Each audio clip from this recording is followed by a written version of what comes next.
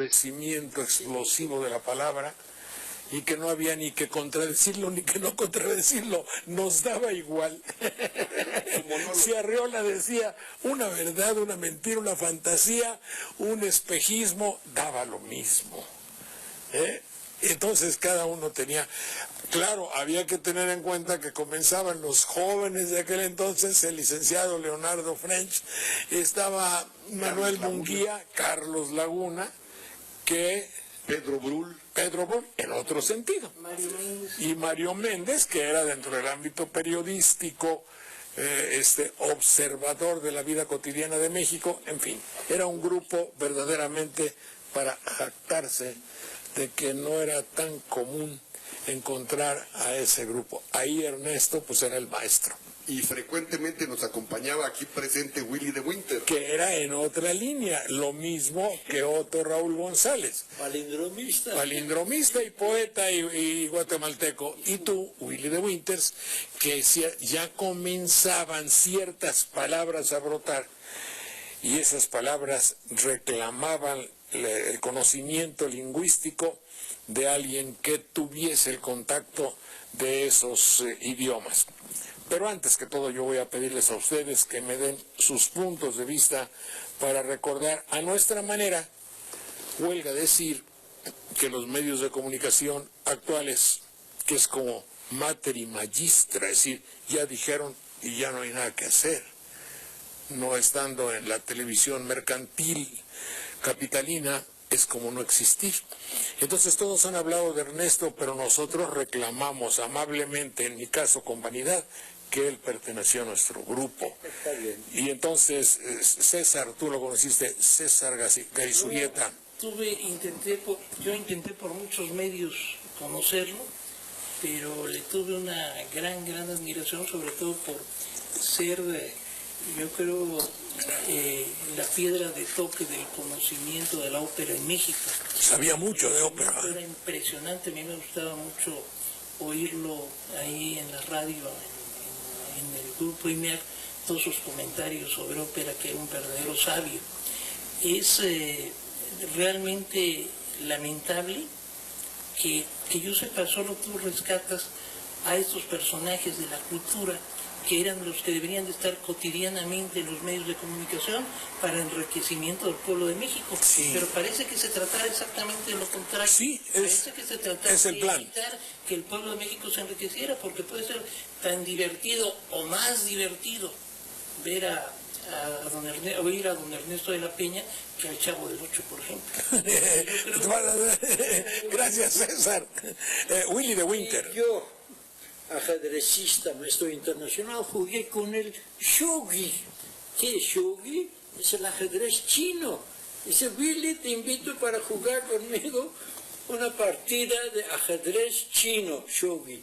Y nos divertimos con un juego totalmente desconocido en México, pero ahí la diferencia con el ajedrez es las piezas que comes son tuyas, o sea, se incorporan al vencedor. ¿Qué te parece este juego?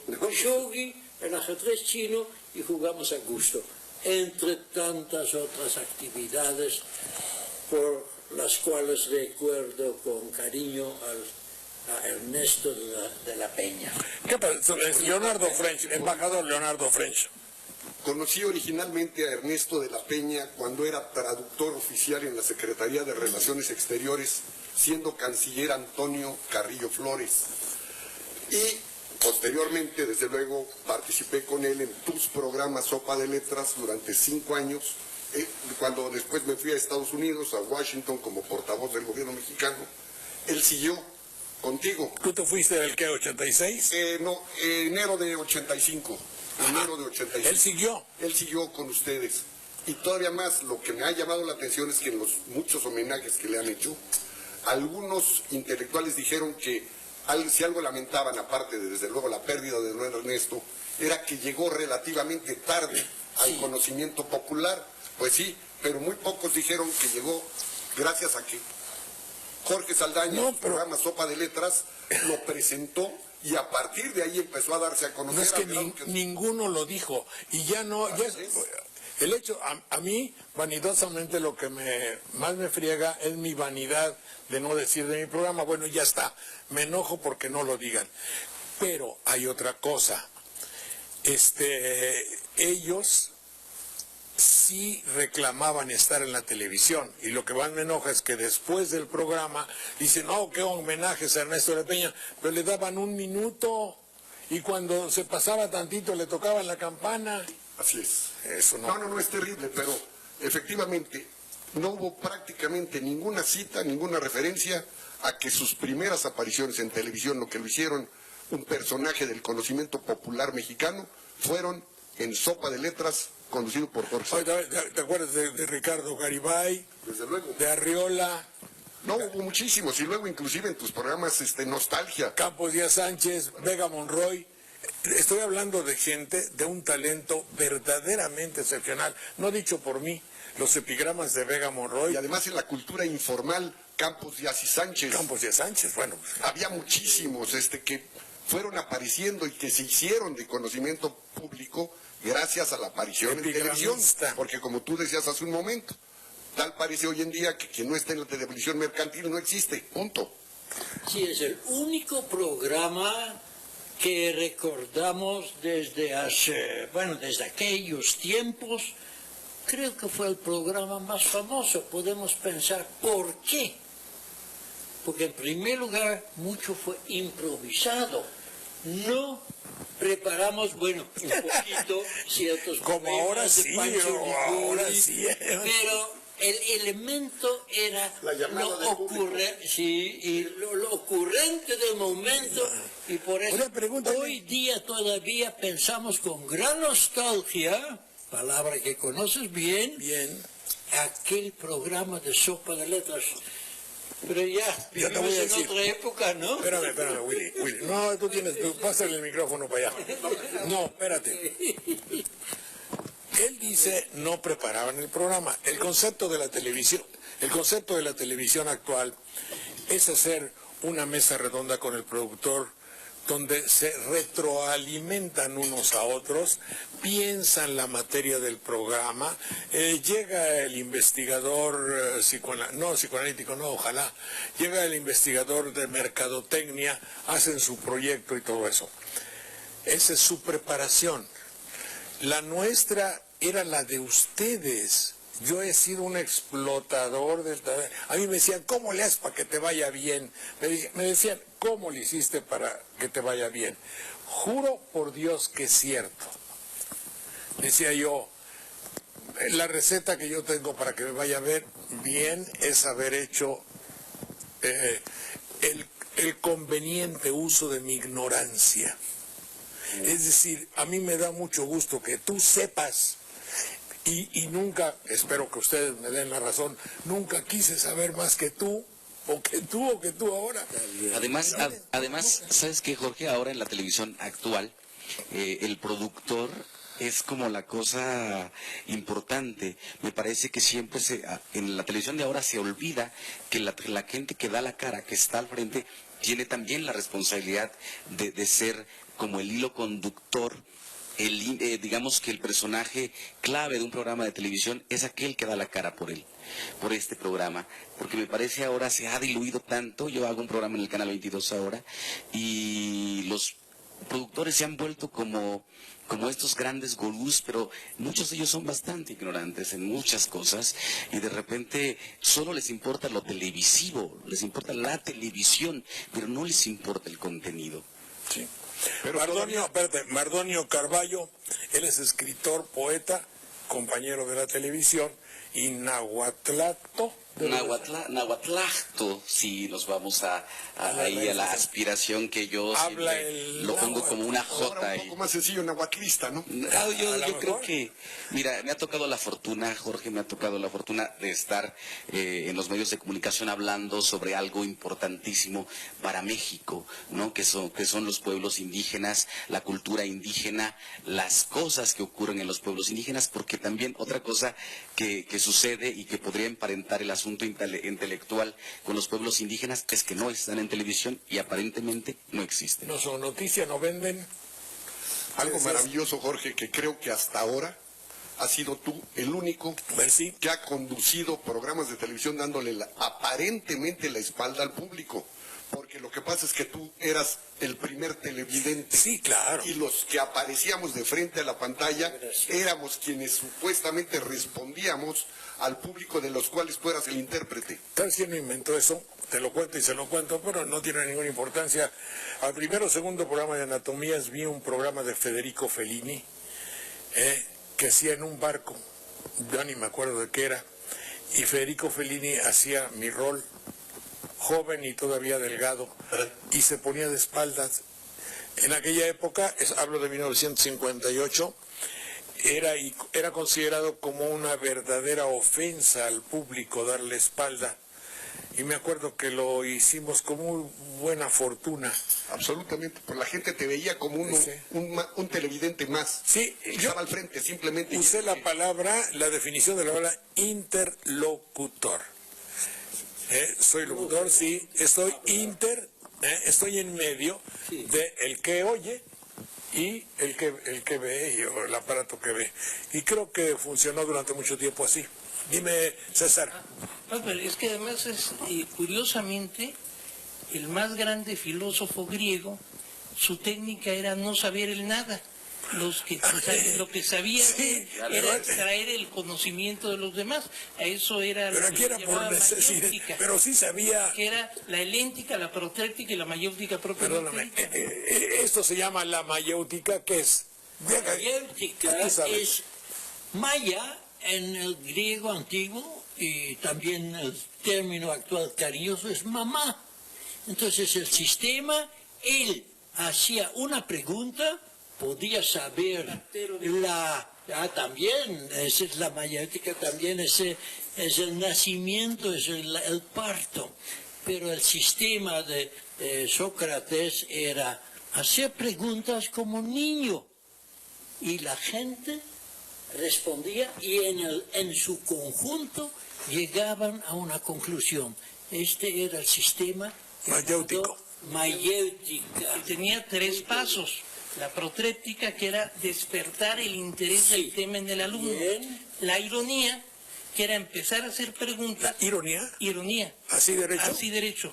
Para empezar a hacer preguntas de modo que encontrara la definición previa del alumno, las fallas. Sí. Y después ya viene la mayéutica propiamente dicha, o elíntica también se llamaba, que es el parto de la idea fundamental. Exactamente, ¿no? Por ahí va la cosa. Mediante el cuestionamiento. Era cómo se llega a Roma, ¿no? Preguntando. Bueno, pues es el método del más grande filósofo de Grecia, indiscutiblemente. Hay una carta que le escribe Adolfo Gili a Juan Gelman cuando le dan a Gelman el Cervantes. Y decía que cuando mozos siempre le decían a Gelman que por qué preguntaba tanto. ¿No? Mucho de su obra poética está básicamente en cuestionar, ¿no? Y decía, mira a dónde has llegado por ser el gran preguntón. Volvemos en un minuto, si son tan amables.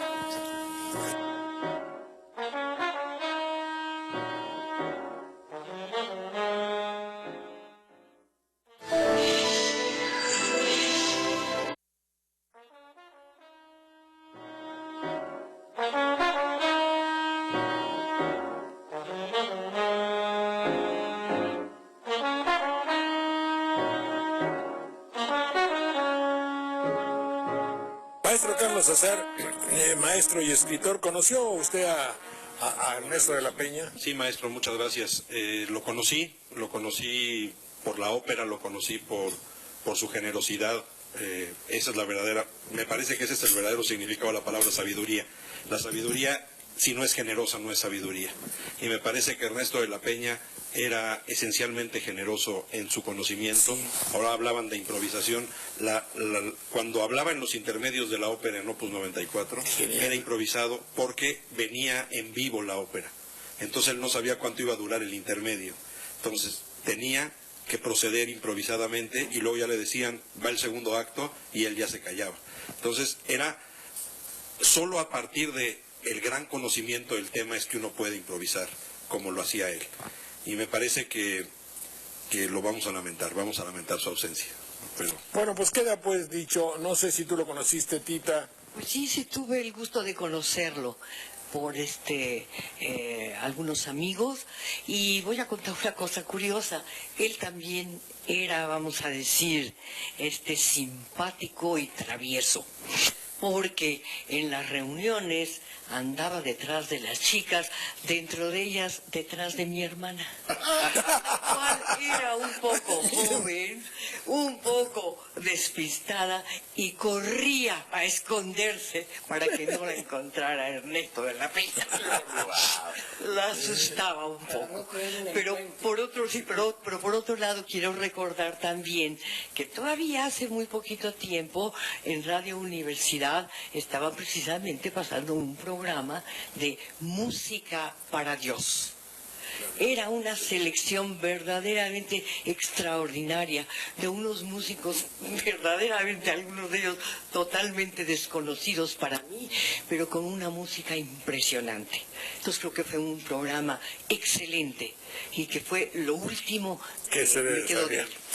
Yo le estuve llamando hace todavía como un mes o así, ya se encontraba bastante delicado y ya no se concretó el hecho de hacer alguna entrevista que me hubiera gustado muchísimo por recordar aquellas épocas. Me acuerdo que siempre platicaba conmigo, él me enseñó a decir, está íncito en ese hecho. Y ya decía lo que estaba íncito, que nunca se me olvidó más el hecho de decir de lo que está abajo, implícito, dentro de, pero no lo usaba nadie. También me decía, oye, fíjate que me fue mal en esto, no sé qué, algo, una cosa así, me acomodó una mega chinga. Utilizando el término de mega, claro. Hasta en las groserías se puede ser culto, ¿verdad, mi querido maestro? Mega chinga. Digo, qué variedad.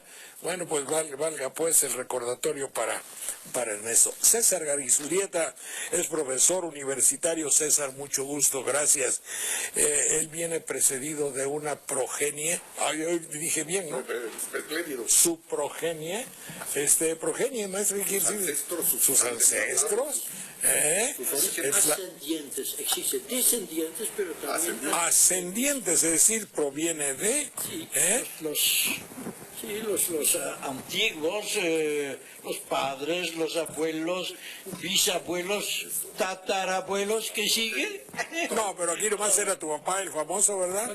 No, también, perdón, mi abuelo, José Luis Garizurieta, que es instructor de la pedagogía en México, y por eso la calle principal de Tuxpan, Veracruz, se llama José Luis Garizurieta.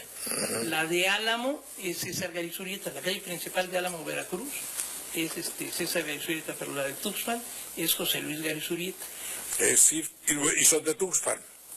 Los dos, sí. Los dos. Y ustedes no, porque están muy chavos, pero su papá, quien sabe, y su abuelo, desde luego, oyeron hablar del tlacuache Garizurieta, un personaje fundamental en la filosofía de la política, yo creo que de época alemanista, ¿no? Sí, bueno, empieza como diputado desde antes, yo creo que antes de Alemán, después con Ruiz Jordines, es ya cuando lo mandan de embajador. Willy de Winter, mi querido amigo, presente, mi querido Willy, presente. tu progenie es holandesa, Correcto, ¿o de dónde? Es holandesa. Nací entre molinos de viento, tulipanes, Sí, fíjate. holandesas muy querendonas. Bueno.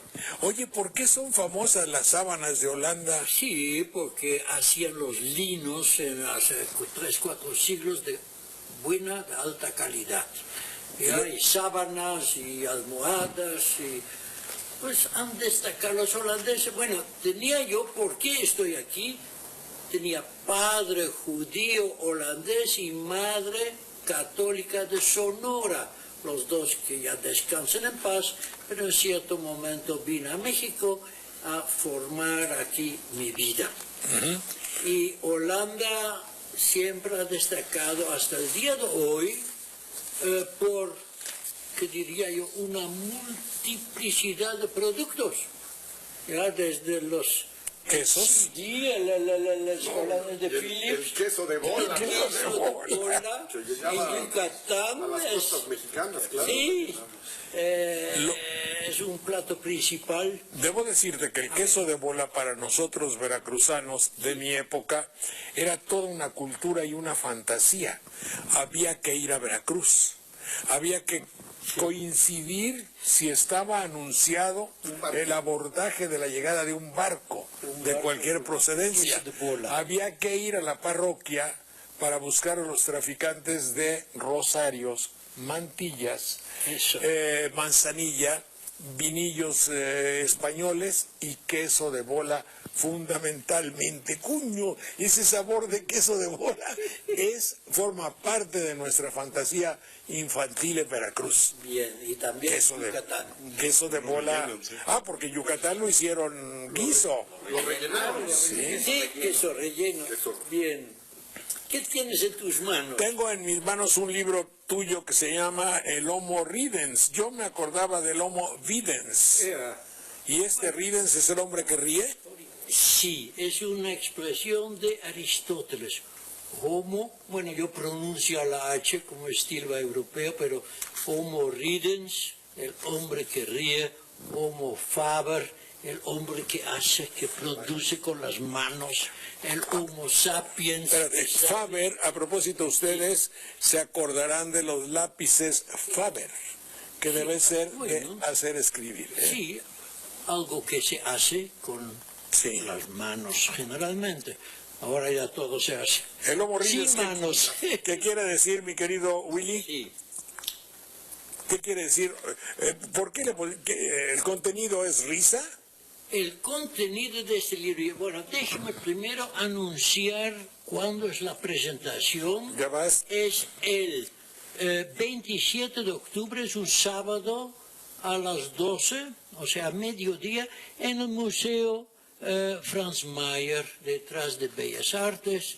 Y todo el mundo que vea este programa es cordialmente invitado, porque el librito, aunque lo diga el autor, pero es único porque se trata de la búsqueda de la esencia humana a través de acontecimientos cotidianos, y un cuento es de lágrimas, otro cuento es de sonrisas, y con esta mezcla se llega cuando menos a conocer un poco al ser humano. Esa es más o menos la mística del librito, y el subtítulo es Cuentos cortos para leer bajo la regadera. Cuando alguien lo lee, la reacción del público es muy variada, y uno dice voy a llevar mis paraguas, etc. ¿Por qué ese título? Porque todo está impregnado con un sentido suave de humor, suave. No me gusta la carcajada, me gusta la fina sonrisa, y trato de llegar a esta sonrisa y también una lágrima a veces. Hay recuerdos de la Segunda Guerra Mundial, que ha sido para mí una página negra en el libro de mi vida, pero es un librito que diría yo, el autor lo recomienda. ¿Qué te parece? No, pero estaba yo entretenidísimo leyendo tus palindromas. Ah, sí, que aquí también hay una sección de palindromas. son esos ojos o senos. Sí. Se le pone son esos ojos o senos y lo lee al revés, y ahí queda ya muy bien Sí. el palindroma. Es el subtítulo de un cuadro de Magritte. Magritte. Magritte, sí, correcto. Claro. Ya. Otro que así radio oí. Bien. Así radio oí. Asirnos sonrisa. No, así no. Así Radio Vi, hasta ahí no es palindroma porque, Da risa. bueno, sí, Da risa, dice. Así radio oí. Da risa. Así radio oí. Así radio oí. Cuatro palabras. El palíndromo, yo presenté este libro por primera vez. A ver dónde. Yo te hago uno mejor. Que dice, no está la señora. Así ve Leti Televisa. Sí, pero te Ya queda hago, más largo, ¿no? te hago Aunque una nada pregunta, recomendable. Jorge, que pero- te va a interesar. Venga. ¿Dónde presenté este libro el 31 de marzo de este año?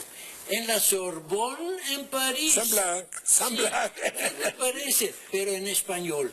Porque el Club de Palindromistas de Barcelona es el máximo club del mundo. Sí. Bueno, idioma Yo lo he español, oído. lógicamente. Pero, ¿qué? Y que hay otro palindroma de Saldaña Sí. que se llama Saca la chacha a chachalacas. Ah, saca la chacha a chachalacas para hacerlo de Veracruz. Y hay otro que, acuérdate, que me enseñó Otto Raúl González. Sí, también palindromista. Cuando vino Maradona. Se trataba en el juego a no dar a Maradona, Sí. lo cual ya es un poquito más largo, ¿no? Y luego el que estaría de actualidad hace unos días, Ana y Rosa Soriana. Ese queda muy bien.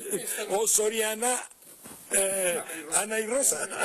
Otro precioso que le encantaba a Pancho Liguori, desde luego habida cuenta de sus enamoramientos con la maestra Griselda Álvarez. Oh, Griselda. Era A Colima va mi loca. A ver, para ubicar al público, espérate. Pancho, ya de edad provecta, dirían ustedes, ya viejón, enamoraba a Griselda. Y parecería ser que había un mutuo amor espiritual entre ambos. Y ese amor era hacerse versos, y yo oí versos de Griselda a Pancho, que eran una delicia, unos sonetos perfectos. Y luego Pancho le hablaba y se hablaban y se veían, y era candidata al gobierno de Colima. Y por eso le hizo su palindroma, a Colina va mi loca. Y además Pancho decía que su amor por Griselda era un amor platónico. Y alguna vez cuando le pregunté, bueno, escríbeme por qué es un amor platónico, porque me la quisiera echar al plato. Sí, no, y también ¿cómo se llamaba su mujer de Pancho? Gloria Gamiochipi, Gloria Gamiochipi, escritora colimota que también. es la única que rima con chipi chipi, que eso tuve que hacer, un día le hice un verso, no me acuerdo ya cómo iba, pero como en Córdoba, yo creo que era de ahí, Gloria, ¿verdad? Hay lloviznita así como la de Jalapa, era chipi chipi, dice, no hay nada que rime más que chipi chipi.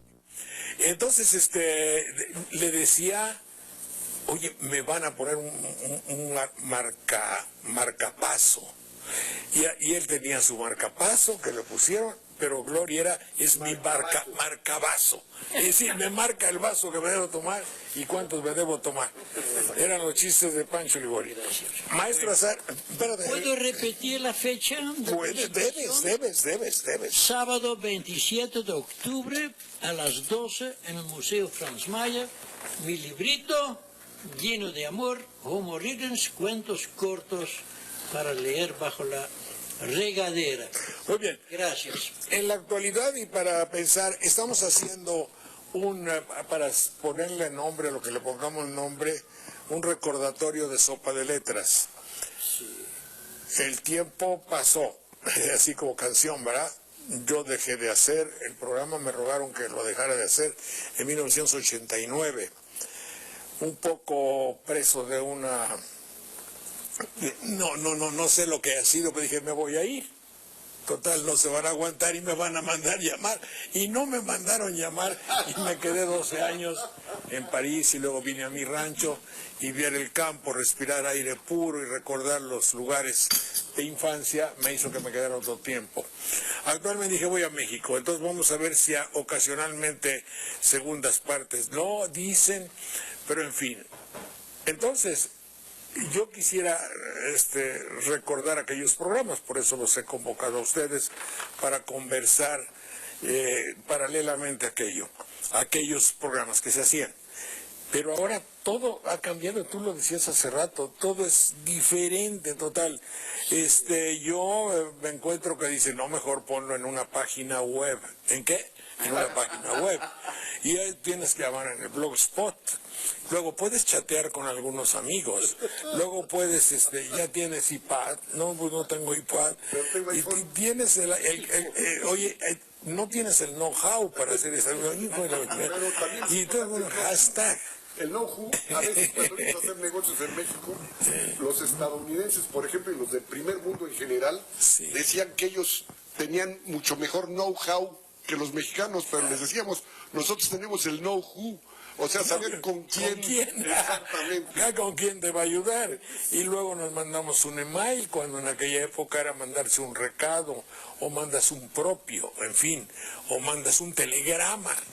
En España no es novedad el Twitter, porque yo aprendí a hacer telegramas con mi papá. Hay algo en España, curiosamente sí, con cierta dosis de humor, a los emails les llaman los Emilios. En España, mándame un Emilio. Castellanizan como con un agua que el Valle de la Nahua le pusieron Cuernavaca, ¿no? Claro. Pero eso de usar este lenguaje cibernético puede ser contradictorio, ¿no? Porque si estás en la web activo, estás web on. Web on. No es muy acorde a la espacio. ¿Qué dices, mi querido Willy, de todas estas palabras que son trabajo para ti? Obvio. Bueno, desde luego hay equivalentes en español, pero por comodidad, por la influencia de nuestros vecinos, mucha gente prefiere el término en inglés. Pasé ahorita por sí. ¿No es por esnovismo? Un poco, también, muy bien. Hasta snob es una palabra de origen inglés. En latín. Pero Sine nobilitate. no soy Willy, muy... no puedes dejarlo así. Sine nobilitate. Sí, bueno... en los colegios ingleses a los que no tenían nombre... Por ejemplo, know-how, el equivalente en español es conocimiento tecnológico, pero know-how en inglés como que suena muy... Ahora, Willy, ¿cómo suena? Yo me atrevo a decir también algo en defensa de los anglicismos en nuestro idioma. Así como en el siglo XIX, el lenguaje, si tú quieres, elegante o casi esperántico en el mundo era el francés. Pues sí. A partir del siglo XX se convirtió en inglés. Sí. No es tanto por nuestros vecinos, es porque el inglés es prácticamente la lengua universal. Y el ratito va a ser el chino. Claro. Pero la lengua no puede estar supeditada a la economía. Eso estamos de acuerdo. Volvemos.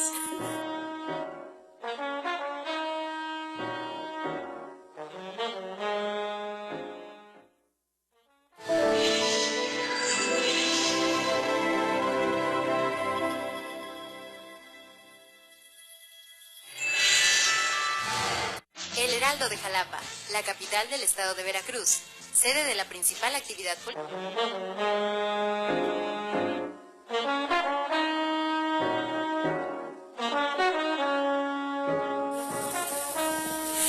Mardonio Carballo, ¿qué nos cuentas acerca de lo que decimos acerca de tanta palabra? Tú eres nahuatlaco, nahuatlista, y ves que somos invadidos por una torrente de palabras. No, ahora que los veo y los escucho, con el placer de estar aquí, el Tlachtoli, ¿no? Los grandes señores, los que ya tienen la palabra grande, los que son ya viejos y la sabiduría. Huehuetlachtoli. ¿Y huehuenche? O Huehuetlachtol, ¿no? Que es el que tiene la palabra vieja, la palabra grande, la palabra sabia. Qué bello, estás diciendo cosas muy bonitas. Cuando uno tiene la palabra vieja, yo nunca creí llegar a que me dijeran viejo, o viejo hijo de quién sabe qué, o hijo de tal por cual. Entonces me siento novedoso, porque si ustedes me lo preguntaran, yo no me siento más que como soy yo, pero sin la característica de... No tengo un espejo todo el tiempo. Entonces dices tú la palabra vieja. La palabra vieja, Huehuetlachtoli podría hacer eso, o Huehuetlastosquet, que ustedes ya son los Huehuetlastosquet, es decir, los hombres sabios, los hombres ya de sabiduría de la palabra vieja. A mí me gusta la analogía. Ahora debe llamarse sopa de letras, grandes hitos. Grandecitos.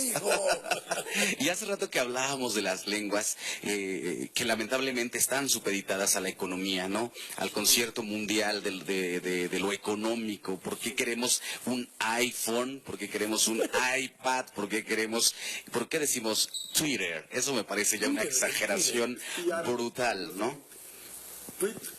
Tu tweet es piar. Sí, exacto. Sí. Pero antes de que abandone lo del huehuetle, es curioso cómo en México no usamos huenche por viejo, sino que utilizamos ruco. ¿Sabes de dónde viene el ruco? No. Es quechua. Como nosotros en Veracruz, por ejemplo, al pilón que se dice en el DF, allá le llamamos ñapa. La ñapa. Que viene del quechua yapa. De a un boliviano el yapa le queda muy claro. En náhuatl chancaca. Es el extra que da un comerciante, perdón. Sí, y en náhuatl chancaca, ¿no?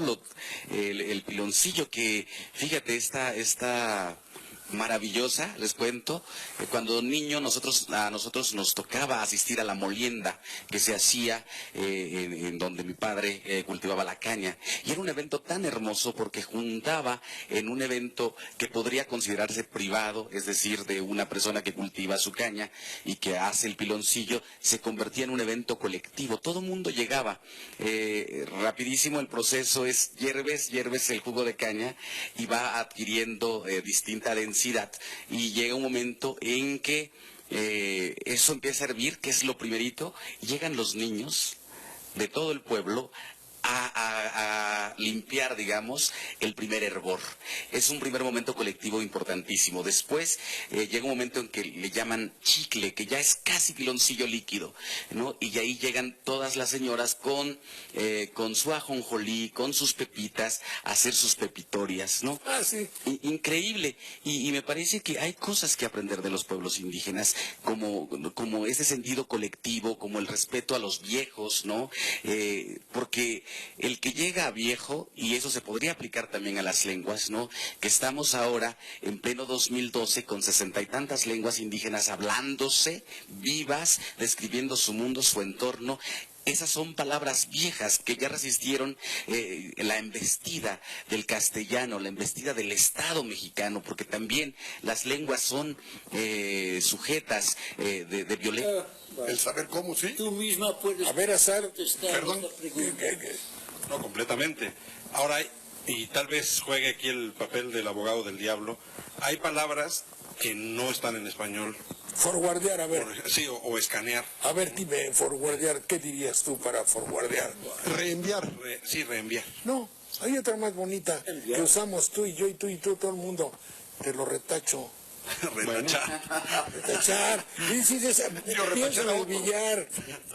Yo te lo forwardeo, te lo retacho. Dices, oye, queda perfecto. ¿Me entiendes? Estamos hablando con la cierta la cierta domesticidad de las... Yo te lo retacho. Jorge, déjame decir respecto a lo que decía el maestro Carballo, y diciéndolo, volviéndolo como anticlímax, recordaría ahora que hacía el elogio de los viejos, de la palabra, etcétera, recordaría a Hermenegildo Torres, Mi fundador maestro. del PUP, que decía, si usted quiera llegar a viejo, hágase tontejo. Hágase pendejo, decía. Hágase pendejo. Fíjate, ahora hablando también y abusando un poco, las palabras nahuatlacas que se han incrustado en el español de México. Por ejemplo, pepenar, a ustedes a nosotros nos dice... Los pepenadores. No, los pepenadores. Pero pepenar es básicamente un verbo en náhuatl. Apapachar. Sí, apapachar igual. No, Es incluso papachar. el palero, la famosa palabra palero, ¿no? Viene del palegui, del que ayuda. A mí hay una palabra que me parece muy sorprendente, porque es el jocoque. Jocoque, en ningún lado del planeta más que en México le decimos a ese suerte de yogur, le decimos jocoque. Si uno va a preguntar en España dónde puedo conseguir jocoque, no saben qué les está uno diciendo. Y es una palabra que viene del náhuatl y que quiere decir ácido. Que viene de agrio. Pero en Líbano no le dicen jocoque ni algo parecido al... Sí, es libanés, ¿no? En libanés le dicen... En el centro libanés. Le dicen laben, que quiere decir blanco. ¿Qué le dicen? Laben, que quiere decir blanco, y por eso Líbano se llama Libnen, el país de la blancura. Hay una palabra ¿Tú también, porque eres azar? hay una palabra también que es Sara, muy ¿verdad? importante, machote. En un diplomado una vez que estaba yo, un alumno dijo machote y la maestra que estaba conmigo lo corrigió, le dijo machote, yo no sé qué sea eso. Y bueno, machote viene de machotl, pergamino, y es la única palabra que existe en español para designar un escrito al que se le han dejado espacios en blanco para ser llenados con posterioridad. Formato no necesariamente tiene espacios en blanco, solo machote. Entonces, al contrario, debemos de sentirnos muy orgullosos de decir machote, porque si no, como decía Fray Luis de León, vosotros que decís no me leéis porque escribo en romance, y si escribiera en latín sí me leeríais, que poco favor hacéis a vuestra lengua. Eso está muy bien. La palabra chocolate, tú ya sabes, muy bien. significa simplemente agua amarga. Chocolate. ¿Agua amarga? Podría también ser agua café también. O café o caliente Y ahora- también. En yucateco el choco es caliente. Chocolomo. Sí, no me dejará mentir el maestro Carballo, si hay todavía algo, una generalización posiblemente que más nos favorece. En español, casi todas las palabras que terminan en ate, ete, ite, ote o ute, salvo los aumentativos como grandote, muchachote, edificiote, son de origen náhuatl. Totalmente. Y salieron de acá y vía el español llegaron a muchos otros idiomas como tomate, chocolate, etcétera, etcétera, etcétera. Fíjate, Iztaccíhuatl, que es uno de los símbolos, junto con el Popocatépetl, digamos, de la geografía y además en un simbolismo de la cultura mexicana, hemos vivido engañados. Yo digo que a la mujer dormida la durmieron porque estaba pálida. En realidad eso es lo que quiere decir mujer blanca. Istaltic quiere decir blanco o pálido, más bien un blanco tirándole al pálido, ¿no? Y eso es lo que es Mujer, ¿dónde está en Iztaccíhuatl. Iztaccíhuatl, la mujer pálida. Por eso Chimal está, que es el agujero blanco, ¿no? Chimal está, Pero pero el no. agujero que duerme, ¿no? Bueno, pero eso no se refiere a ninguna mujer, ni mucho menos. Por eso no está el Y símbolo. luego tenemos el fenómeno del pleonasmo. Ixtapan de la sal. Sí, ya la sal de por sí es blanca. Sí, Ixtapan es de sal.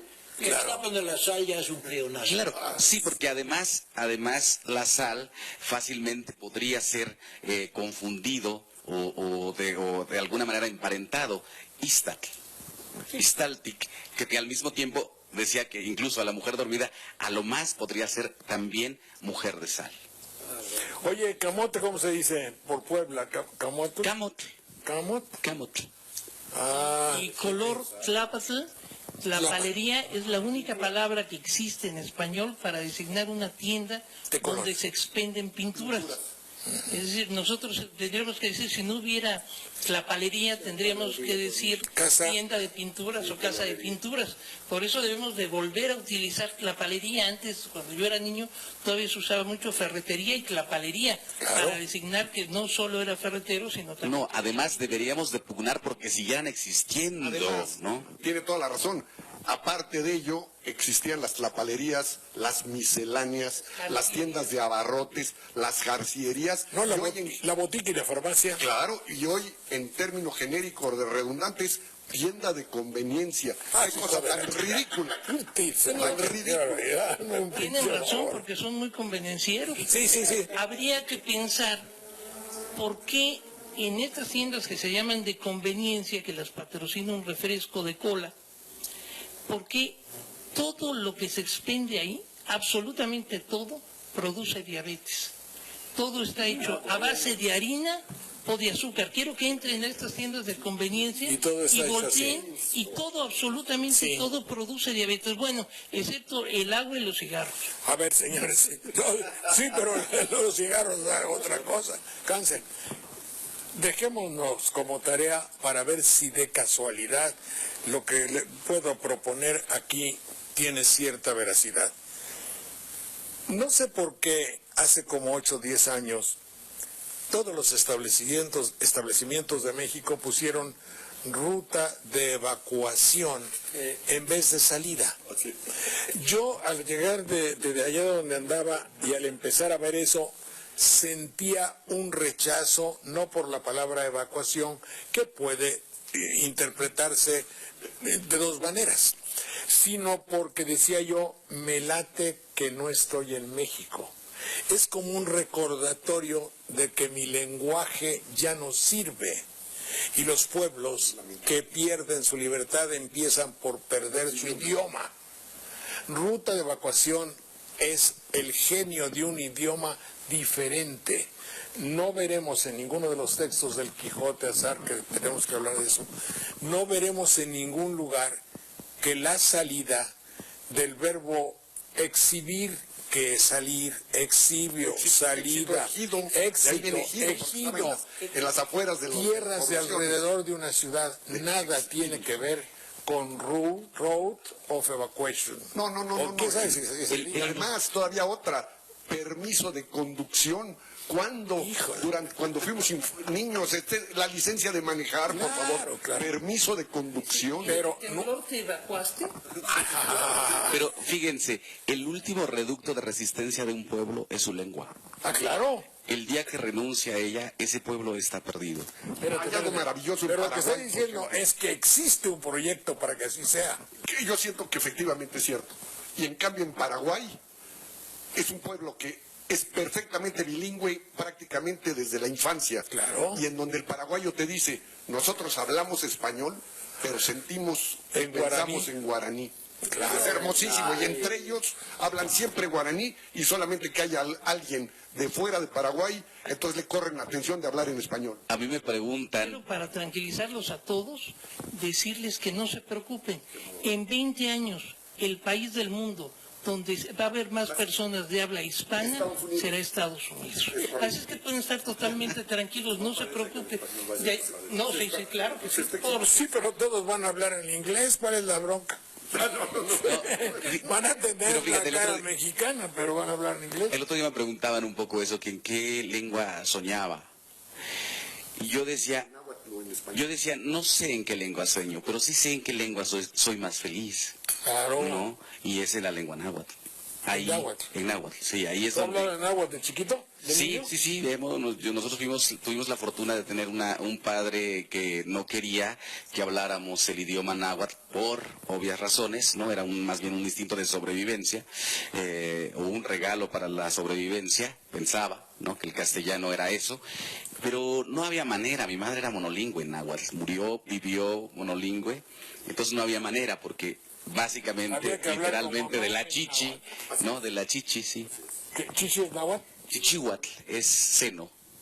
Chichihuatl. Pues todo lo que decía, sí, para que quede complementado, a ver cómo hacemos, si yo propongo que desaparezca ese abominable letrero de todos los restaurantes y loncherías de México que me recuerda un invasor de mi lengua, de mi manera de ser, del genio del idioma. Ernesto Arrigo es el que decía, no está dentro del genio de nuestro idioma. Sí. Volvamos en un minuto, por favor.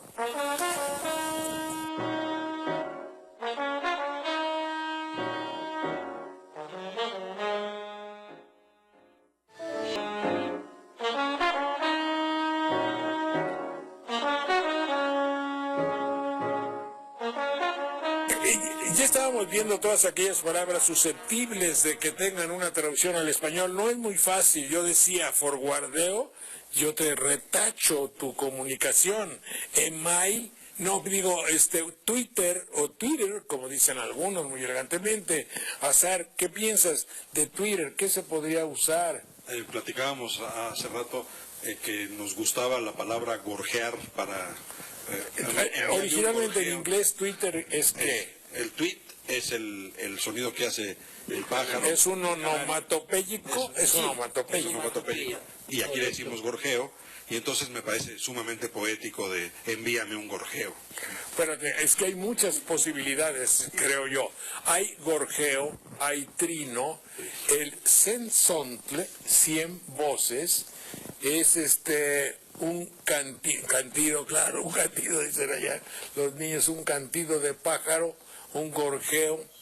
Pues sí, puede ser un gorjeo, ¿verdad? O un trino. Sí. El Cenzontle, el pájaro de las 700 voces, ¿no? Ah, se enciende, ya subió de muchas. Como Zempoala son para muchos. Entonces, de las muchas voces. Sí. Hay un puente en Cuernavaca que dice, refiriéndolo a Netzahualcóyotl, el Cenzontle, pájaro de las 700 voces. Pedían 700, les gustó el número. Es que son muy exagerados, ¿verdad? Sí, lo puso el Departamento de Turismo, imagínate tú. Oye, pero aquí hay una que es de mucha utilidad. ¿Cómo digo cuando le caen al pobre niño a golpes entre todos para no decir bullying? Pamba. Bueno, pamba. Le dieron pamba. Lo agarraron de cochino. O de barquito. De barquito, de o de puerquito, puerquito. de cochinito. Lo agarraron de puerquito, lo agarraron de tonto, lo agarraron de coscorrones. ¿Esto es un qué? Un coscorrón. Coscorrones, Un zape, decían también. un sobrocloco. ¿Qué? Un sobrocloco. Sobrocloco es un golpe en la nuca. Bueno, bullying en inglés debe ser bullying con Y. Bull es toro, o sea, el que es toro que humilla a su amiguito o amiguitos, bullying. Pero ya en español se dice bullying, que no es muy correcto. Por encima, tergiversa la versión en inglés. No es bullying, sino bullying. Y en español ya hemos encontrado algunos sinónimos en nuestra lengua. Incluso ya se le dice bulear de pronto. Bullear, bueno.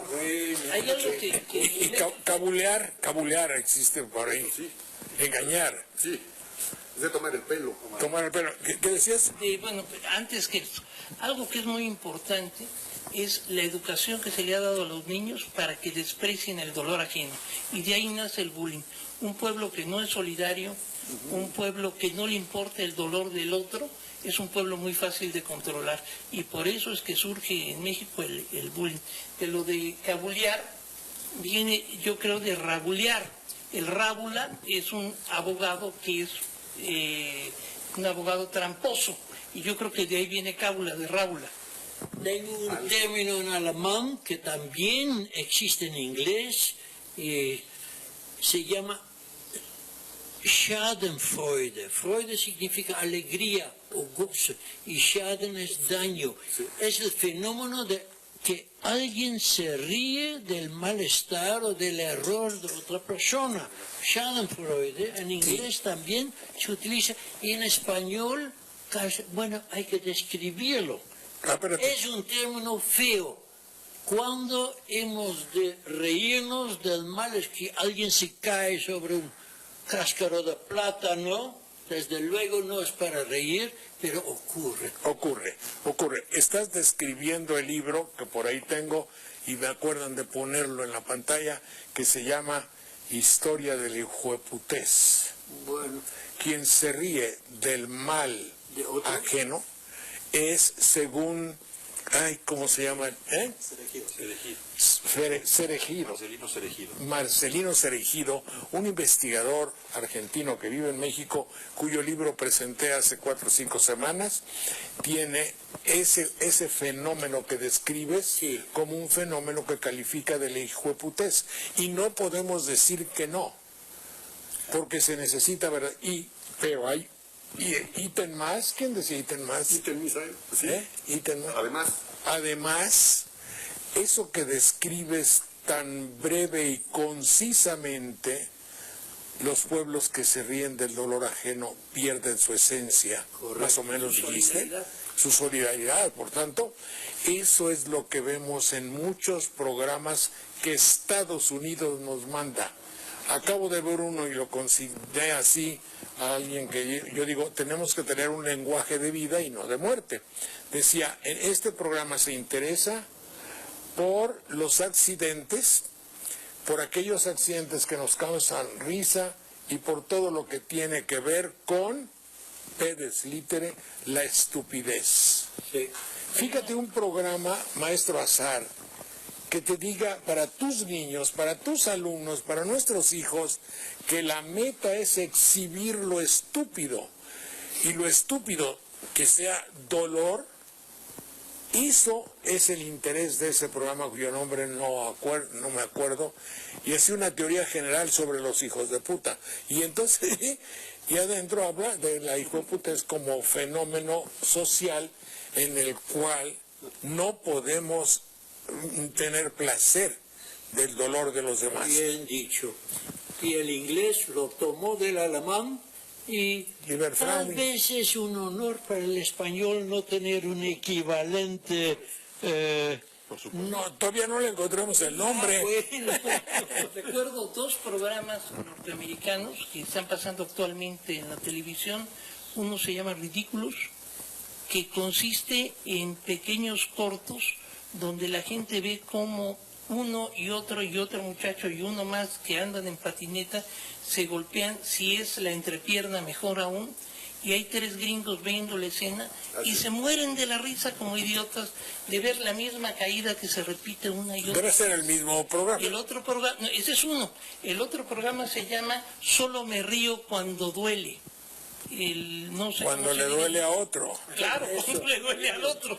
Y así se llama el programa precisamente porque el chiste es que el dolor del otro a mí me tiene que dar risa. ¿Cómo no vamos a creer, no vamos a pensar que precisamente haya bullying en las escuelas? Si les estamos enseñando a los jóvenes que el dolor es chistoso, no hay nada más gracioso que ver sufrir a un semejante. Y la otra imagen que estamos dando es a través de Homero Simpson y de Pedro Picapiedra, cómo el mexicano tiene que ser un mediocre, que se conforme con ser un obrero, que vaya a una fábrica con la única añoranza de al terminar su jornada laboral sentarse frente a la televisión y comerse una dona. Esa es la imagen que les estamos dando desde hace 2 generaciones a los mexicanos, con la mejor idea de que seamos conformistas. Perdón. Repito la palabra en inglés, es bueno saberlo. Schadenfreude. Schaden, daño, malestar, Freude, alegría. O sea, el goce por el mal, por la tristeza ajena. Es decir, lo que están haciendo, te lo digo también inglés. ¿Sí? Te lo puedo decir desde este lado de la trinchera televisiva, es convirtiendo el dolor en rating. Y para que sea rating tiene que tener sexo, violencia o magia. ¿Entiendes? Entonces, por ahí va. Es grave porque nadie quiere abordarlo, nadie quiere hablar de ello. Quizá por eso nosotros no estemos en la televisión oficial o mercantil de México, no importa, gracias a RTV que nos tolera. Pero creo que será tiempo de que algo se haga al respecto.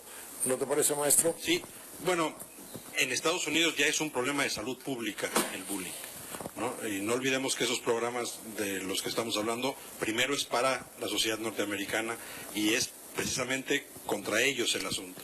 Yo no sé si Homero Simpson sea un fracasado, porque de acuerdo con la calidad de vida americana, digamos, o con el ideal de vida americano, es un triunfador.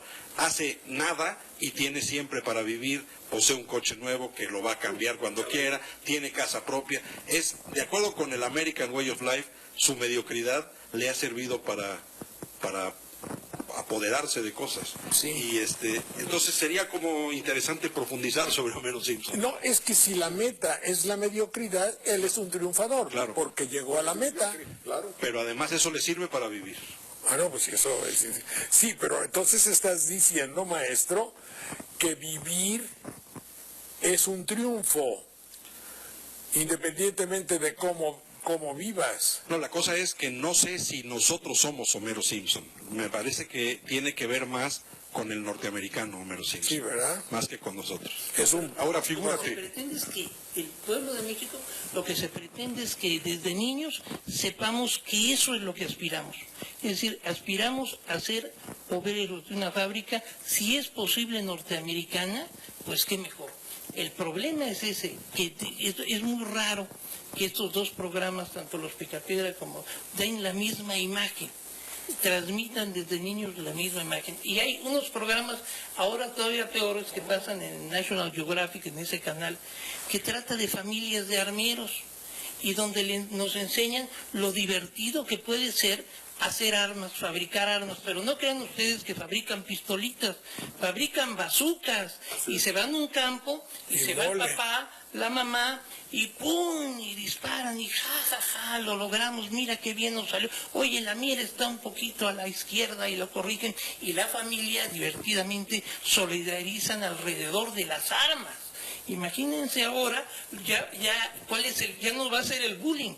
Quieren hacer que, por eso en los Estados Unidos son pueblos de asesinos, donde más de la mitad de los asesinos seriales son norteamericanos, más de la mitad. Por eso en el cine, hay ahora en el estreno de Batman famoso, hubo la masacre aquella. No, y ese deporte que han agarrado, para decirlo domésticamente, de tirarle a los que están del lado mexicano y matar al que está allá del otro lado del río. Y con el pretexto de que el mexicano, como si fuera un center fielder de los Yankees de Nueva York, le estaba lanzando rocas, ni siquiera piedras, stones, sino rocas. Consecuentemente tenía que actuar en defensa propia. Y hay una traición brutal al del gobierno mexicano.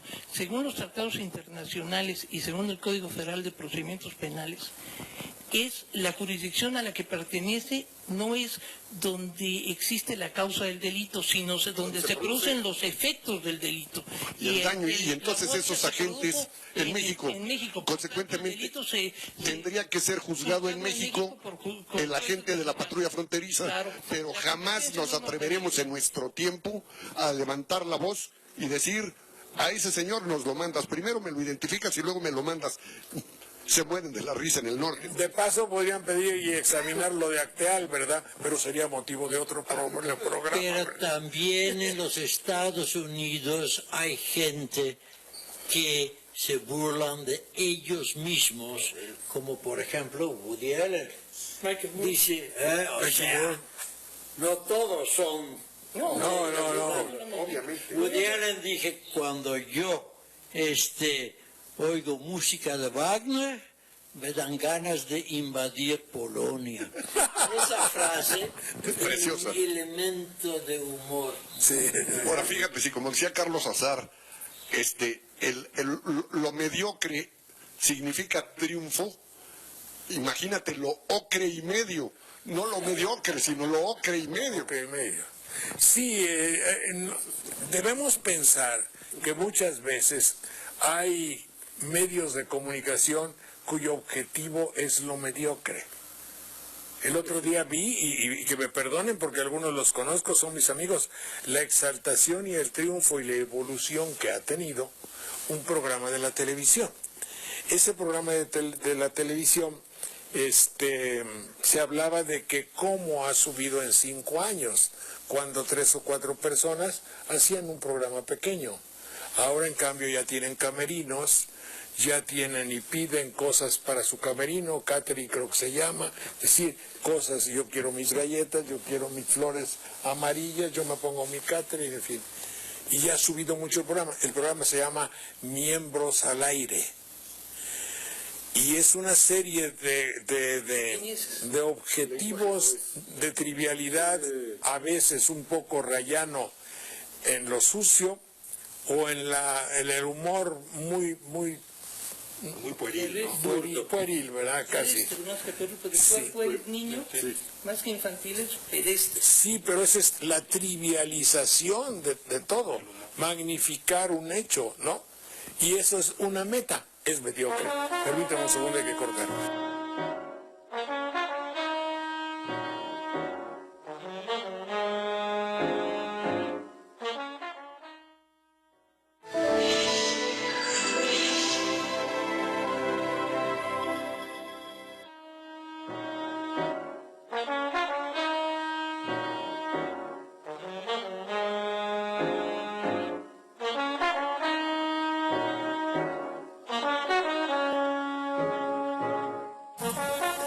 Vamos a tratar una materia que puede ser de mucho interés y mucha oportunidad en el momento actual.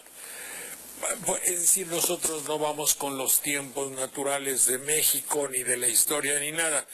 Nuestra patología, con el permiso de ustedes, es el hecho de ver, en su caso ustedes investigar, yo aprender lo que tiene que ver con el lenguaje, con las palabras, con el modus dicendi, si puedo decir, modo de decir en latín, ustedes me enseñaron, el modo de decir, de hablar y de pensar. Entonces eso no va con los tiempos. Vaya, no es que estemos de actualidad, pero por ejemplo, se me ocurrió, no sé ni por qué, de decir, oigan, el hombre que llega a gobernar, los hombres que llegan al gobierno, pues deben tener un decálogo o ley o norma para un código es la palabra, un código al cual van a obedecer. Pues hombre, es que van a cambiar diputado allá en Banderilla, va a haber otro diputado, yo me daría gusto que él conociera ciertos códigos de conducta para que nos tratase mejor a nosotros los ciudadanos. Y entonces, yo me acuerdo que haber estudiado con el profesor Basilio los consejos de Don Quijote a Sancho Panza, porque Sancho Panza, que era su escudero, quiere decir su mozo de campo y plaza, era bueno para ir al campo a hacer algo y a la plaza a comprar unas verduras, creo yo suponer. Sancho era el mozo de campo y plaza, que así le llamaba Don Quijote. Y entonces a Don Quijote, por X circunstancias, haya sido como, bueno, no sé cómo fue, para decirlo claro, lo mandaron a gobernar. Entonces hay los consejos de Don Quijote a Sancho. Para esto yo creo que sí estaríamos en con muy buen personal para que ustedes me dijeran el arte de gobernar, gobernar y yo voy a ser gobernante. ¿A qué tengo derecho? Tú eres un gobernado. ¿A qué tienes derecho y qué obligación? Y yo también debo tener obligación. ¿Qué dirías? Pues yo diría que el gobernante debería quedarle claro que los que pagan son los otros y entonces tiene que servirlos. Me parece que es importante. No es el que le da el dinero a los otros. Los impuestos sirven para su sueldo, por lo tanto los demás son los jefes. Tiene que servir al resto del país. Eso no lo debería olvidar. No es un patrón del país, es un servidor de la nación. Y entonces... Pues lo podemos poner en la isla, Sancho Panza no va a ser el patrón de la isla, sino... el servidor. Que no era isla, pero por decirlo de alguna forma. El servidor público. Ahora, no me dejará mentir César Garizurieta, hay un elemento que es una línea muy fina entre una democracia representativa y una democracia participativa. En la democracia representativa como la que nos rige, tú como ciudadano que eres supuestamente el poder, tú lo delegas en el diputado o en las autoridades que elegiste y los estás apoderando. Consecuentemente ellos después no entienden que tú eres el poderdante y consecuentemente entonces actúan como sátrapas. Poderdante, si lo entiendo bien, es el que da, otorga o da el poder. Y el otro es el mandatario, que es el que obedece. El mandatario es el que es mandado. Pero eso que está diciendo es algo importantísimo. Hay maestros de derecho que creen que la soberanía en México reside en el pueblo. El artículo 39 de la Constitución es clarísimo cuando dice que reside originalmente. Es decir, ya no reside, residía tiempo pasado del verbo fue, ¿no? Ahora dice el artículo 40, dice que escoge, el pueblo de México ya ha decidido constituirse una república representativa. Y si uno lee a Tena Ramírez y dice que es representativo, no quiere decir que debe de estar bien representado. Quiere decir que solo puede ejercer a través de los órganos que le representan esa soberanía. Y el artículo 41 ya de plano dice el pueblo solo podrá ejercer la soberanía a través de los órganos constituidos. Es decir, No me gusta. el pueblo pierde totalmente su poder, porque lo que no tenemos es una democracia directa. Para que hubiera una democracia directa debería haber plebiscito y referéndum, como por ejemplo sí lo hay en Venezuela.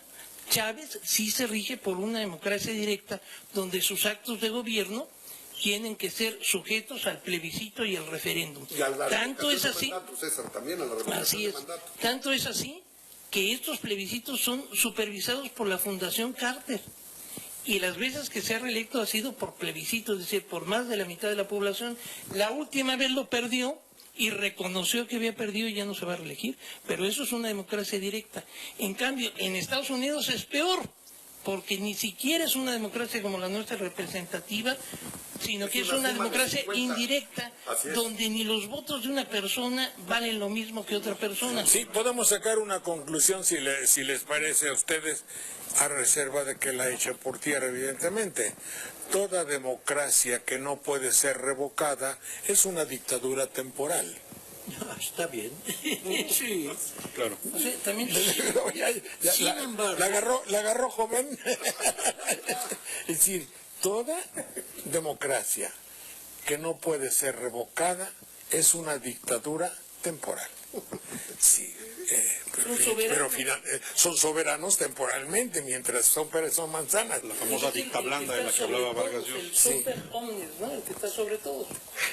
por otra parte, quiero decir que el plebiscito no siempre funciona, porque hay un reparto de tareas. Si tú eres mi gobernante, tu obligación es dirigir, gobernar y manejar el país. Yo no, porque no es mi especialidad. Y si tú me vas a decir Willy de Winter, en vez de traducir, que es mi profesión traductor, yo voy a traducir, dije, no, tú no sabes traducir, tú debes gobernar.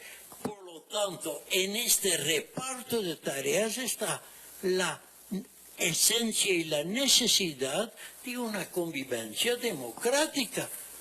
El gobierno no puede construir y hacer caminos, eso sí, pero no puede hacer una fábrica de crema dental, porque el gobierno no sabe hacer crema dental, ¿me entiendes?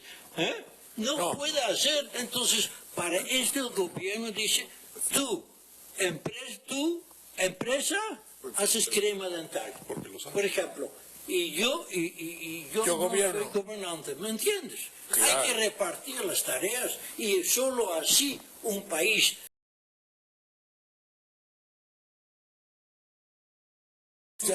Ya te fuiste por otro lado.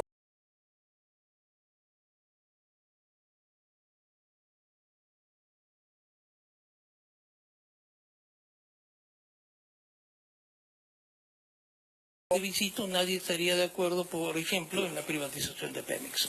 Y Pemex produce nada más 4 pesos de cada 10 pesos que se ingresan a las arcas nacionales.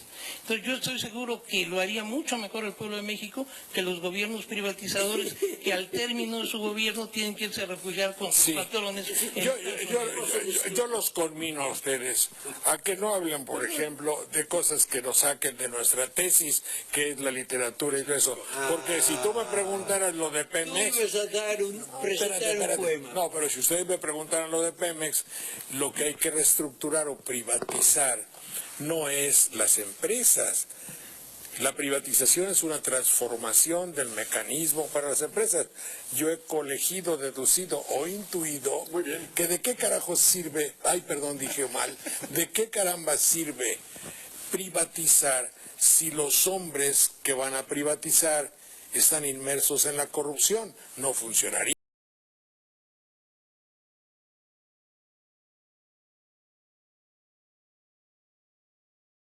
Desde aquel entonces, Don Quijote le...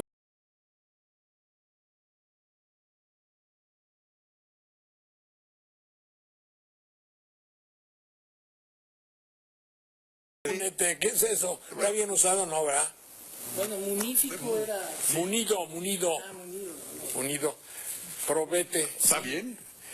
municiones, Así es. es decir, toma cosas, pero lo que no sé, y ahorita lo voy a contestar, si existe el verbo munir. No lo podría asegurar. Bueno, no, pero tú eres el encargado en el programa, pero no eres he el visto. encargado de que si algo no los sabíamos... pelos en la sopa. Sí, Se llamaba la sección pelos en la sopa, que era lo que de un programa a otro quedaba pendiente, porque ninguno Así es de que los ya asistentes tenemos había una podido. para ver el si próximo sale, es Munir, Sí. a ver si existe. por favor, Tita, si eres tan amable, dinos qué le decía Don Quijote a Sancho. Pues le decía lo siguiente: dispuesto pues el corazón a creer lo que te he dicho está. Oh hijo, atento a este tu cantón que quiere aconsejarte y ser norte y guía que te encamine y saque a seguro puerto de este mar proceloso donde vas a engolfarte. Que los oficios y grandes cargos no son otra cosa sino un golfo profundo de confusiones. Primeramente, oh hijo, has de temer a Dios, porque en el temerle está la sabiduría, y siendo sabio no podrás errar en nada. Lo segundo, has de poner los ojos en quién eres, procurando conocerte a ti mismo, que es el más difícil conocimiento que puede imaginarse. Del conocerte saldrá el no hincharte, como la rana que quiso igualarse con el buey, que si esto haces, vendrá a ser feos pies de la rueda de tu locura la consideración de haber guardado puercos en tu tierra. Haz gala, Sancho, de la humildad de tu linaje, y no te desprecies de decir que vienes de labradores, porque viendo que no te corres, ninguno se podrá correrte, y préciate más de ser humilde virtuoso que pecador soberbio. Innumerables son aquellos que de baja estirpe nacidos han nacido a la suma dignidad pontificia o imperatoria, y de esta verdad te pudiera traer tantos ejemplos que te cansarán. Mira, Sancho, si tomas por medio a la virtud y te precias de hacer hechos virtuosos, no hay para qué tener envidia a los que los tienen príncipes y señores, porque la sangre se hereda y la virtud se aquista, y la virtud vale por sí sola lo que la sangre no vale. Siendo esto así, como lo es, que si acaso viniere a verte cuando estés en tu ínsula alguno de tus parientes, no lo deseches ni le afrentes, antes lo has de acoger, agasajar y regalar, que con esto satisfarás al cielo, que te gusta que nadie le desprecie de lo que él hizo, y corresponderás a lo que debes a la naturaleza bien concentrada. Nunca te guíes por la ley del encaje, que suele tener mucha cabida con los ignorantes que presumen de agudos. Hallen en ti más compasión las lágrimas del pobre, pero no más que justicia que las informaciones del rico. Procura descubrir la verdad por entre las promesas y dádivas del rico, como por entre los sollozos e importunidades del pobre. Cuando pudiere y debiere tener lugar la equidad, no cargues todo el rigor de la ley al delincuente, que no es mejor la fama del juez riguroso que la del compasivo. Está bien. Qué bonito. Es decir, le da casi esos consejos, yo veo, y a ver qué es lo que para ustedes significa un poco digno de comentarse en nuestro momento actual. Una gran preocupación porque el que gobierne no sea corrupto. Que las dádivas del rico, que las bellezas de la mujer bella, que examines la justicia antes de tu conveniencia. Que gobierne con bondad y con justicia.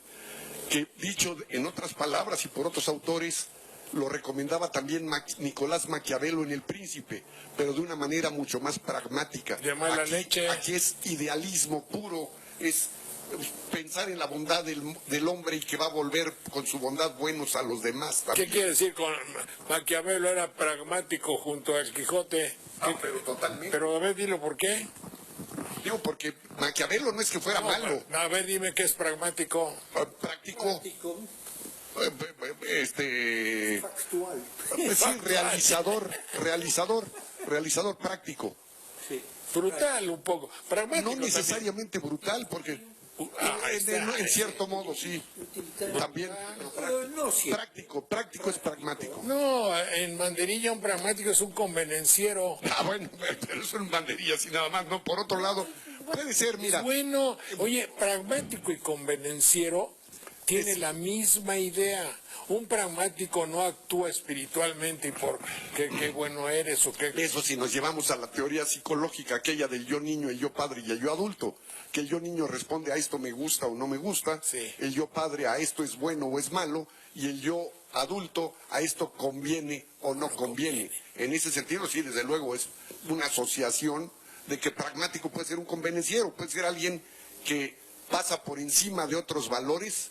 Eso es. El fin, y que el fin justifica los medios. Claro. El pragmático no es espiritual. Definitivamente no. Ahí está. Ni es idealista. Pues ya más me estás dando la razón. Pero los consejos son parecidos, de toda Son suerte. parecidos. Y el pragmático se puede oponer al fanático, por ejemplo. Ah, no, El fanático no. se va sobre una sola idea y el pragmático puede ver varias opciones. Entonces, pragmático y fanático se oponen. Sí. Yo diría que sí. Sobre todo, me parece que en ideas políticas. Bien. Y religiosas también. Religiosas, claro. Bueno, entonces, Está en el templo. Toma. El fanático pues es el que está en el templo, ¿no? De Fanus, y del profano es el que está afuera del templo. A ver, tiene que ver, fanático tiene que ver con iglesia, ¿no? Sí, con templo. Con templo. Un templo, un profano es el que está fuera del templo. Un fanático es el que está todo el tiempo en el templo. Eso sería. Es un seguidor obsesivo, Obsesivo. fanático. De ahí viene la palabra fan, aficionado en inglés, ¿no? Fan es un hombre que apoya a alguien, fan. ¿Y un fan? Viene de fanático. ¿El fans también es de las artistas? Exacto, esos son muchos fans. Soy fans. Un fanático, yo soy fan de tu... Es un Tienes derivado muchos de fans. fanático y fanatismo. Fanatismo, es decir, un no pensante que sigue así nada más. Volvemos en un minuto, por favor, señor.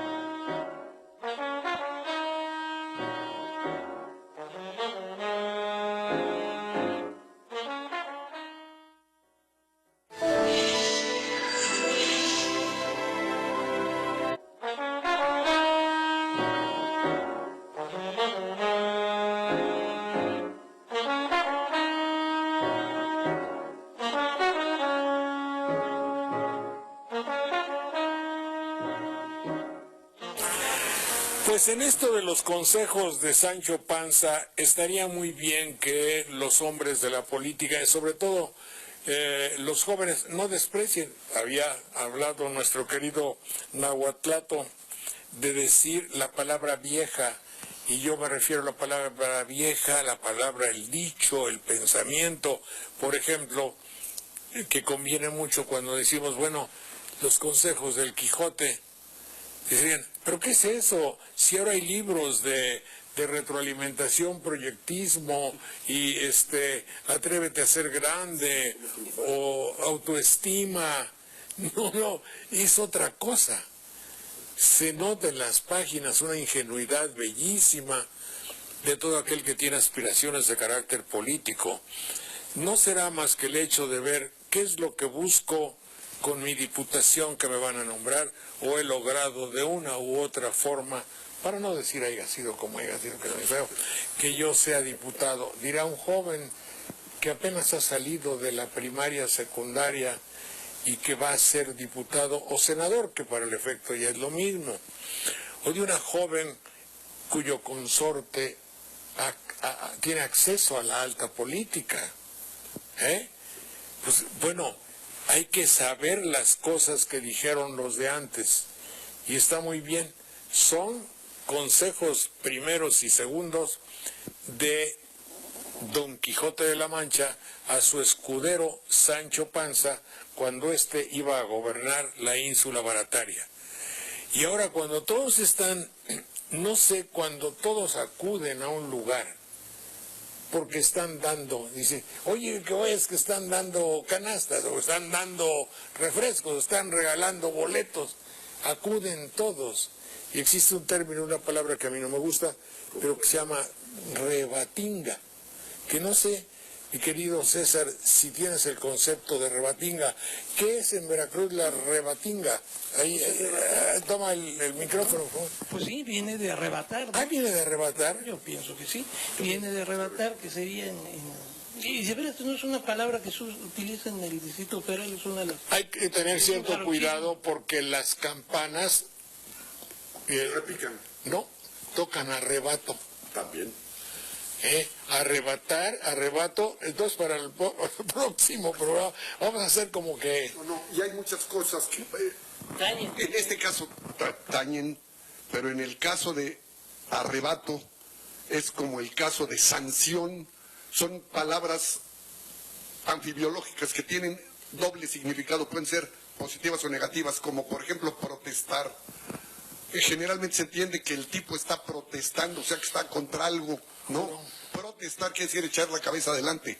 Protestas a favor de algo o en contra. Ah, ¿pero qué dijiste? Protestar es echar la cabeza para adelante. Es poner la cabeza, mostrar la cabeza. Así es, eso es protestar, pero protestas contra algo. O protestas acatar, por ejemplo, la Constitución y las leyes que de ella emanan. Cuando tú dices, por ejemplo, acata usted la Constitución. Sí, protesto. Entonces yo te digo, ¿me quiere repetir la pregunta? Sí. Y entonces sí protesto, sí, claro. No, digo, por si alguien no se oyó. Por si alguien no oyó bien. Bueno, sanción es otra.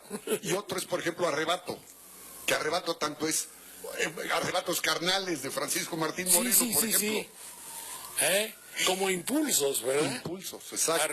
Bueno, ahora... Que no es necesariamente sinónimo de arrebatar, o sea, de quitarle a otro. Usted perdonad porque nos vamos con una palabra y luego nos bifurcamos, de dos lugares, y no, pero la original que yo te iba a decir es que ahora que va a haber una repartición de puestos, el hecho de yo te voy a dar en administración esto, te voy a dar esto, tú no te voy a dar esto, hay egresos, ingresos, regresos, tú te vas para este lado, tú para otro lado. Es como si llegasen a un pastel, por hacer un símil, ¿no? Por hacer un símil, hay una fábula muy bella que nos va a decir Tita, que dice así, a propósito de los puestos y esa hipotética rebatinga que ustedes dijeron, que no lo es, desde luego. Es famosísima, por cierto, las moscas de Félix María de Samaniego. A un panal de rica miel 2000 moscas acudieron, que por golosas murieron, presas de patas en él. Otra dentro de un pastel enterró su golosina.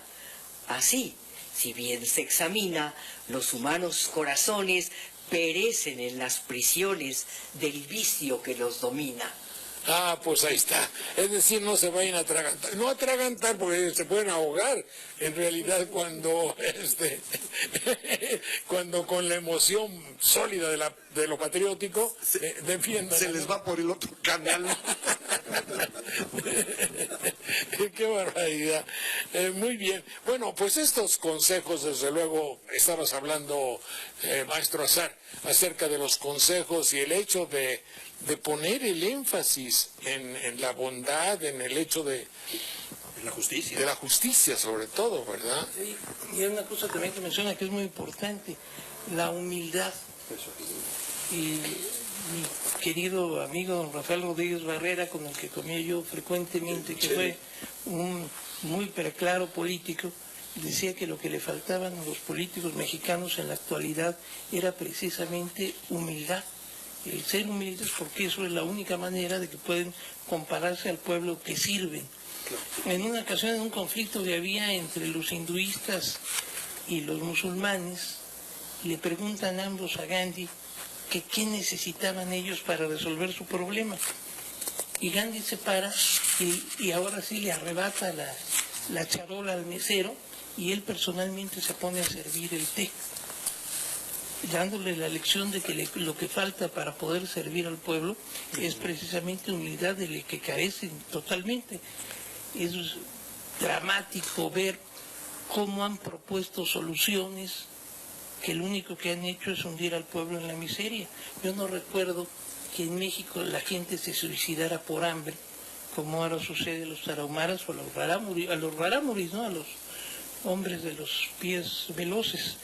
No sucedía, yo creo que ya eso en México, ya volvimos a esa pobreza alimentaria, pero es de llamar la atención la forma como además lo hacen jactanciosamente, creyendo que son depositarios o recipiendarios de la sabiduría, de la economía, etcétera, etcétera. Y esa muestra, perdón Jorge, sí, esa muestra de humildad de Gandhi es comparable a la muestra de humildad de Jesucristo cuando le lava los pies a sus discípulos. Bueno, algo que se me está ocurriendo, ya sé qué es. Es decir, que algo de las cosas que ha destrozado la televisión, y soy víctima, soy uno quizá, o lo fui. No sé si lo sé, pero eso es intrascendente. Es la humildad. No hay hombre de medios de comunicación caracterizado por su humildad. En una o en otra forma, sacamos lo que tenemos y lo magnificamos. Eso échalo para un lado. Pero el político mexicano se convierte en un hombre de los medios de comunicación. Sale desde las 5:30 de la mañana y quiere que su acción, su accionar, dirían algunos de ustedes, Se conozca y se sepa. sea noticia. Pero luego lo repiten a las 9. Y luego repiten a las 10 en el programa femenino, quizá. Y luego a la 1. Y luego a las 3. De manera que en un día sale tanto en la televisión, tiene exhibiciones, sale a medios, tanto como Mitterrand en un año. Mitterrand tenía como gloria, y lo decía además, que parece que en uno de sus años de gestión en Francia salió 6 veces. Claro que cuando salía Mitterrand era una noticia nacional. Una de ellas fue cuando arregló el mañoso que un periodista le preguntara por una hija, Jacqueline, digamos que, ¿y cómo está Jacqueline? A ver, él va bien, ¿por cuál? ¿Sabe papá o qué? ¿Qué le importa que está bien y cuál es la bronca? Pero creo que estuvo preparado. Pero una de las veces que salió fue para decir que tenía una hija muy bella, por cierto, de unos 20, 25 años. Pero es una de las veces en el año. Y entonces el hombre de la política se convierte en un hombre de medios de comunicación. Eso es indiscutible. Como un narciso queriéndose ver en el nuevo espejo que es la televisión. Y generalmente también él sale para decir sus éxitos, nunca sus equivocaciones. ¿No? Y además para adquirir reconocimiento y conocimiento de las multitudes, para que sepan que él allí está y que dentro de 6 años va a tratar de competir por la presidencia. Por ejemplo, pienso en un señor gobernador de un estado circunvecino nuestro. ¿Quiere? Rafael Moreno Valle.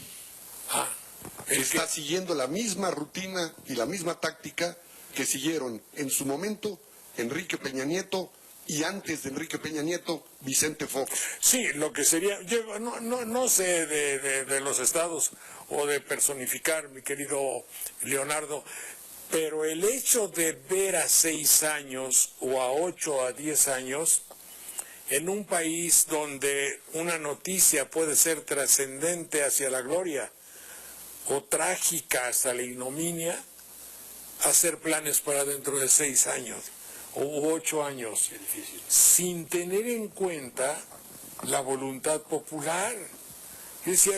Yo creo que la política no es una cuestión de yo quiero lanzarme, sino de el pueblo me dice que le voy a ser de utilidad. Hay una diferencia, ¿no? Yo me atrevería a decir que esa voluntad popular tan necesaria la vas a ir corroyendo. Claro, porque con tus apariciones frecuentes en televisión. Sí. No, eso es también, porque la televisión construye, han visto todo lo que construye la televisión, pero no han visto todo lo que destruye. Pero además, si un niño que se muere de hambre no sale en la televisión, no existe. Entonces no tiene una repercusión social. Una excelente medida del futuro presidente Peña Nieto fuera obligar que en cada oficina de gobierno existiera la foto, en lugar de él, la foto de un niño víctima de la hambruna que padecen en México, para que cada funcionario público supiera que su actividad debe estar encaminada a terminar principalmente con esa hambre. Y si los empresarios mexicanos pudieran ver en espectaculares a lo largo del periférico a niños muriendo de hambre, seguramente que no se intentarían evadir los impuestos o no pagar impuestos o hacer lobbying en la Cámara de Diputados para no pagar impuestos. Estarían más preocupados por eso. Debería de los medios de comunicación, en efecto, preocuparse por la difusión del problema más elemental que puede padecer el pueblo de México y que lo padece, que es la desnutrición infantil. Si lo hicieran, yo estoy seguro que hasta los empresarios cambiaran su actitud. Estás diciendo algo que parecería una fantasía y que yo soy testigo de que existe algo así como lo que tú propones. X año, seguramente por el 70 o así, fui a Cuernavaca al cubículo sobrio, terriblemente austero, de Felipe Lemercier. ¿No se llamaba Felipe? No, el padre Gregorio Lemercier. Gregorio Lemercier. Gregorio Lemercier era un cura que pretendía que todos los que iban a ser curas se psicoanalizaran. Sí, desgraciadamente. Amigo de Eric Fromm y amigo de Méndez Arceo. Total que lo rechazaron totalmente. Pero a propósito de que sacaran niños en las oficinas, niños hambrientos, para que ahora que estás haciendo tu mordida, ahora que estás mordiendo y te vas a guardar 50,000 pesos, mira a un niño que le falta de comer. Pero espérate, nomás te digo lo de Lemercier. Llego a su cuarto y esto es mi cubículo, mi celda. Bueno, un estante de libros, su camastro, que así debo llamarle, y arriba una figura demoníaca, un demonio, el diablo. Digo, coño, padre, ¿qué no tiene usted a la Virgen de Guadalupe, a Cristo crucificado? Dice, no, yo quiero conocer lo que tengo que vencer en la vida, y ese es mi enemigo, el demonio. Por eso tengo a la cabecera de mi cama, no a Cristo, sino al demonio, para tenerlo cerca y saberlo vencer. Eso es lo que estás recomendando. Y no solo porque nosotros pensamos que la corrupción existe solo en el gobierno. Debemos también de en los espectaculares que hubieran esas fotos para que los empresarios también lo vieran. Nosotros, la distribución tributaria en este país es lo que produce la pobreza. En un régimen de economía liberal como la que padecemos, la única posibilidad que hay de que esa riqueza se reparte en lo más mínimo y se concentre no tanto es a través del pago de impuestos.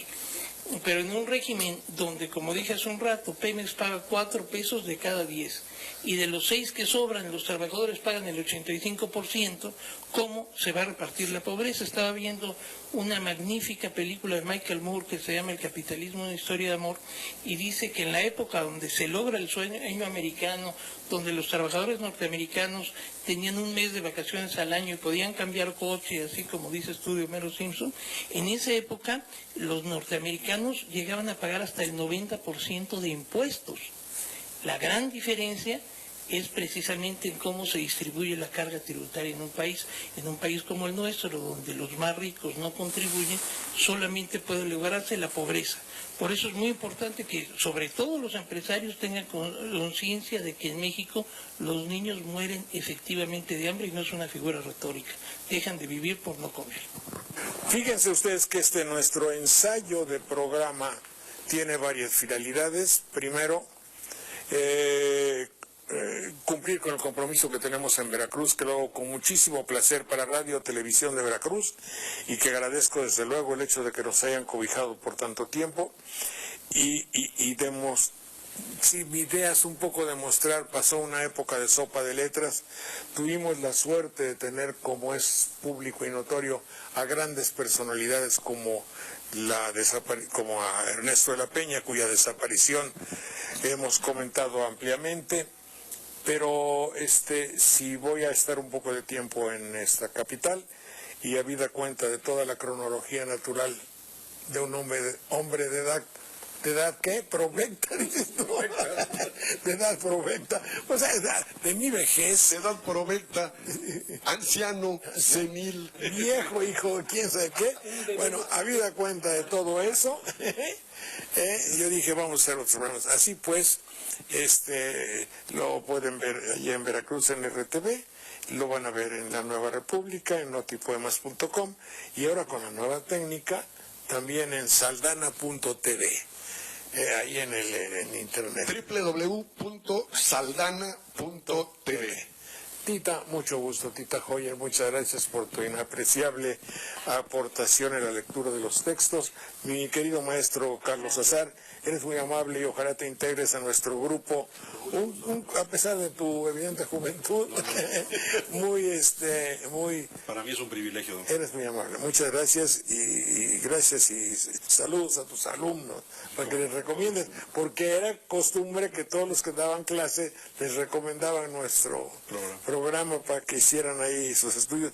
Mi querido embajador Leonardo French y Duarte, gracias, estás con nosotros. Gracias, Jorge.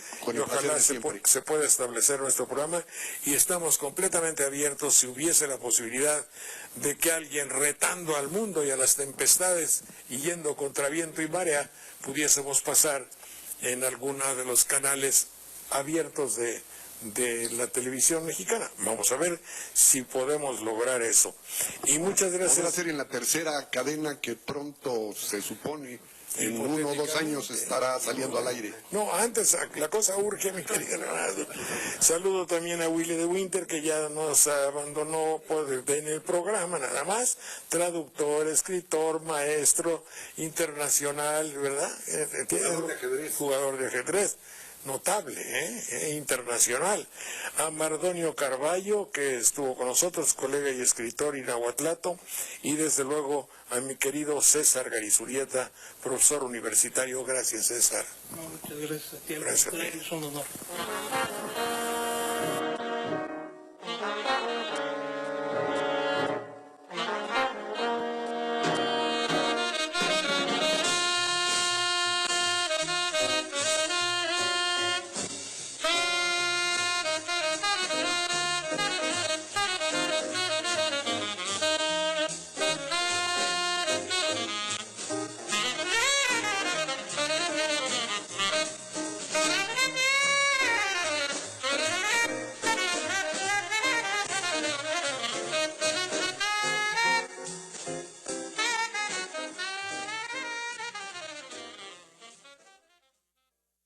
Hola, soy Javier Chicharito Hernández. Necesitamos más jóvenes en el campo de juego y no en la banca. Que los niños y adolescentes tengan que dejar la escuela para